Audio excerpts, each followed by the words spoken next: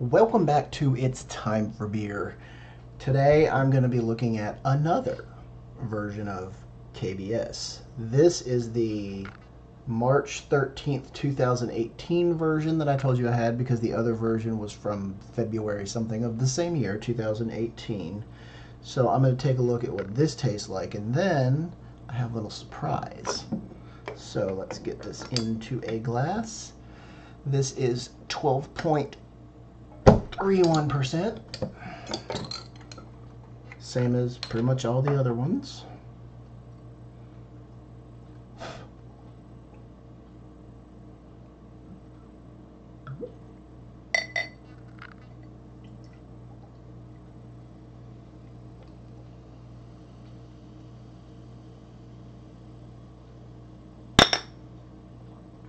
All right.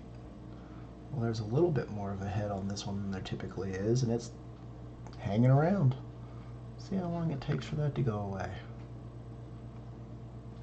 Still hanging around. That's different.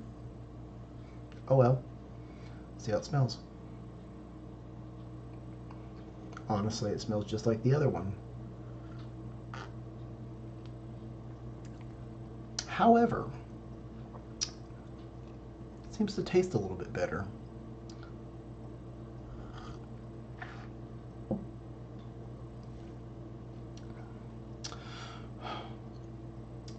I vaguely recall saying in the last one that the February of 2018 was almost lighter and less flavorful than the one that I had tried before that from 2000. Was it 17? I've already forgot what I have here. KBS 2/20/2018 versus, okay, yeah, KBS 2017, the one I did on the 24th. This one from March of 2018 is more flavorful than the February of 2018. Different batches, different brewers. I know from experience when I used to work at a brewery, they had this one beer. It was this gigantic. It was really a barley wine, but it was a large IPA. It was called Up the Creek IPA. But depending on who brewed it, it was different. And there were some instances where somebody tried to do something different, and it was just different. I mean, it was majorly different depending on who did it. It was either the main brewer or it was the assistant head brewer. I think it all depends on that kind of thing. I don't know, or heck, it might just be slightly different ingredients, slightly different process. I mean, it's a big beer, and it might have been the barrels. Who knows? But this one definitely tastes much better than the February. I mean, it's amazing the difference. I can tell right off the bat. This is different. This tastes stronger. Not stronger as in more boozy. Stronger as in it tastes more. It tastes more. All right. I said I had a surprise, and here's the surprise. What's going on here?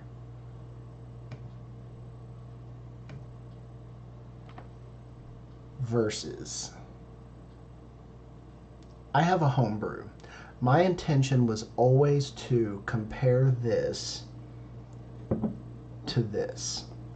Now, I brewed this back in 2013-ish. Yeah, because I started working at the brewery in 2014. I believe it was 2014.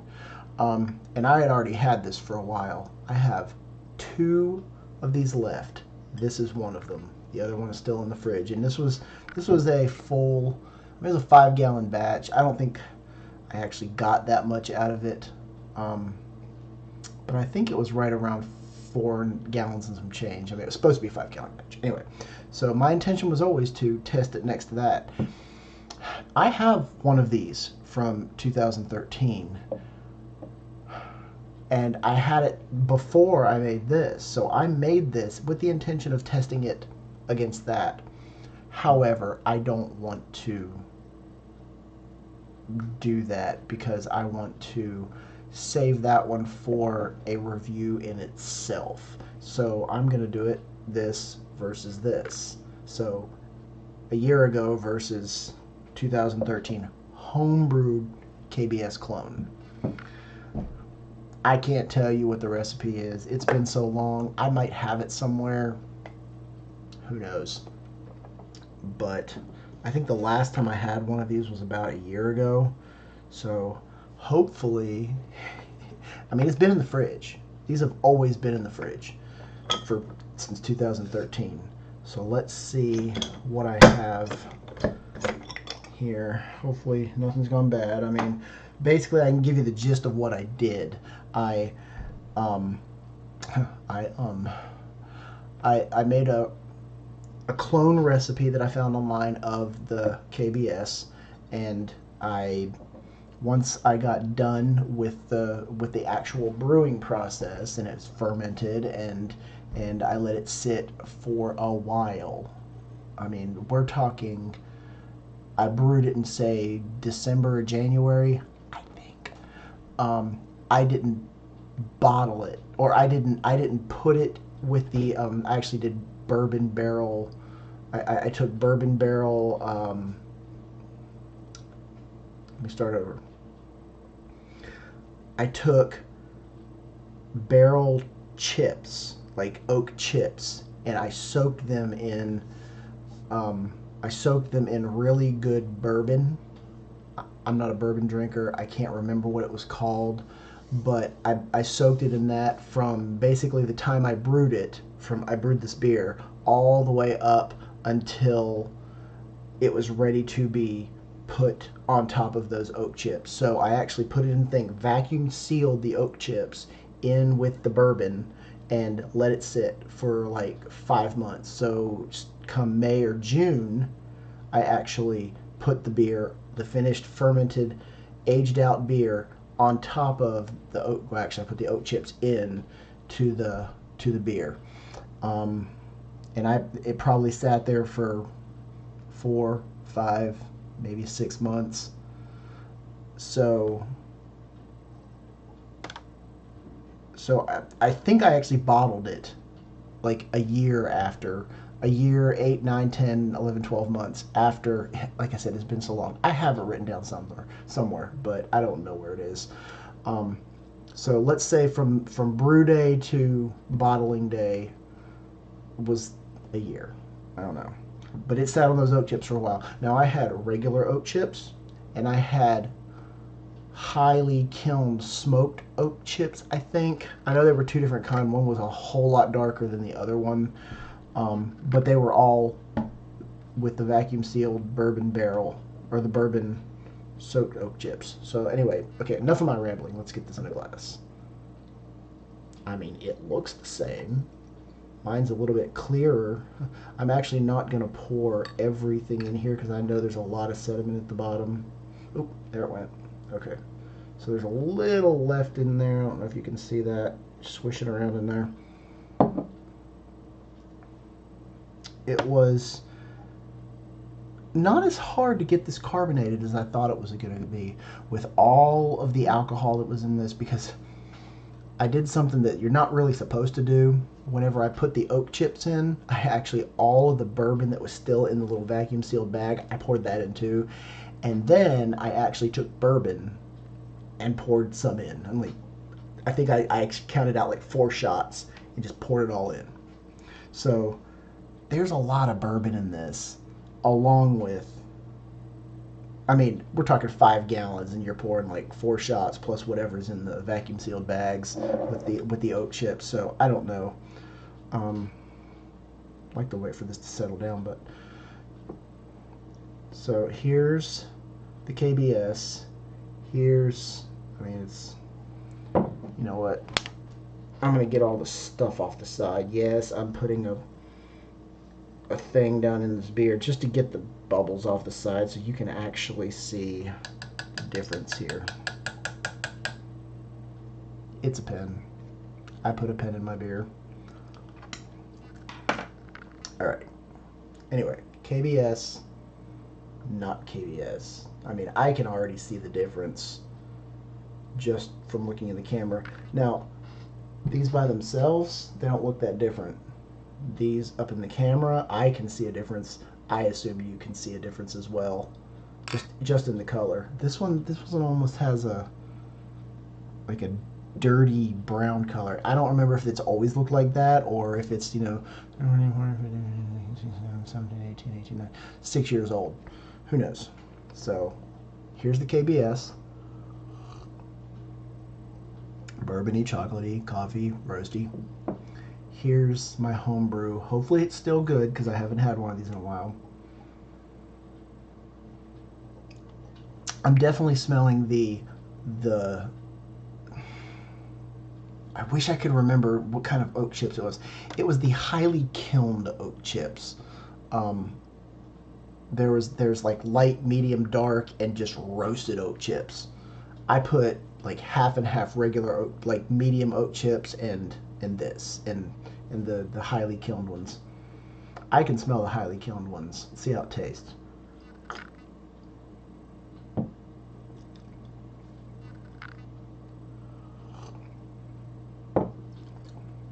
There's definitely a lot more alcohol in this one, I think. I know I've drank this in the past, and you're gonna laugh because I've got a 12.31, and I don't know. I know that the base beer on this was probably 8 or 9%. Then I threw in all that extra alcohol. I'm to toe up from the flow up later on tonight. But for the art and for the science, side by side. I mean, obviously this one, the real one's better. Mine is not bad. I mean, it's actually really good. If I wasn't drinking it side by side with the real one, I'd think it was really good. I mean, it is really good, but it's definitely not the real thing. This is definitely one of the better beers that I've made in my past. I mean, I've made, probably 20 batches of beer or more in my lifetime. And this one's decent, good, it's really good. I think over time, because I left a lot of the thick stuff at the bottom of that bottle, here, I'm going to... Let's see what this looks like. I'm going to pour the stuff in the bottle in here so you can see the thickness and goopiness of that. It's really thick. That's not, I mean, some of that's carbonation, but I mean, you can see some of the chunks like floating around in there. So I really didn't want to drink that. So this one, mine's in the right hand. It's a lot lighter, as in like the body is a lot lighter. I mean, it's got its carbonation, but it is a lot lighter. More alcohol, lighter body. Now, I made the recipe the same. It's not as carbonated either as the real one. I mean, I'm assuming that they actually use bright tanks to carbonate this, because I don't remember the process I went through to get mine carbonated, but I remember throwing in more sugar and more yeast, as fresh and as lively as I could get. Like, I got it going, and then I went, whoa, and bottled it right away so it would do something. And it didn't take that long, but and I can see that it's carbonated. It just doesn't have the mouthfeel or the body. And some of it might be in the stuff that's settled out over the course of 5 years or 6 years.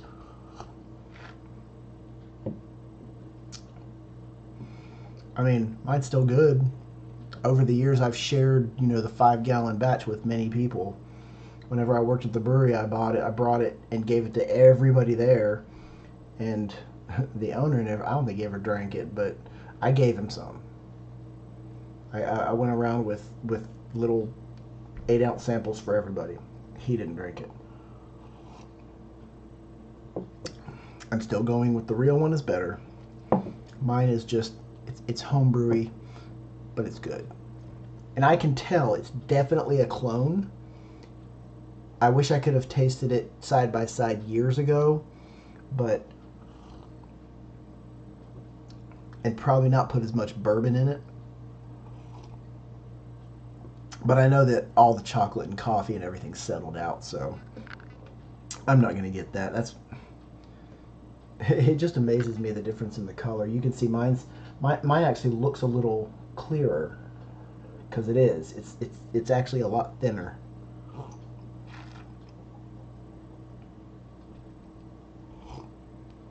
All right, I've been rambling on for 16 minutes. This is probably getting a little boring. I'm going to stop it here. I will see you later for another beer review at some point. I still have one of these from 2013 that I'm going to review on camera. I've been saving that one. That might be my last one. But I have a couple other beers in the fridge, and I have some something I wanted to do with what was it? Stone's Enjoy By beers that will probably be down the road. Not part of this clearing out the fridge, because I've been doing an experiment since like 2014 with those. I put one in the fridge. I put one in the closet over there, and we'll see how they age out over the years versus a fresh new one. And I'm hopefully going to have some people doing it with me, because there is no way I'm going to drink 5 years worth of beer cold and warm by myself, especially since I'm trying not to drink as much anymore. All right, so with that said, drink what you like, enjoy what you drink, and I will see you next time with a few more clearing out the cabinet beers. Cheers. And cheers. Let's try that again. Cheers.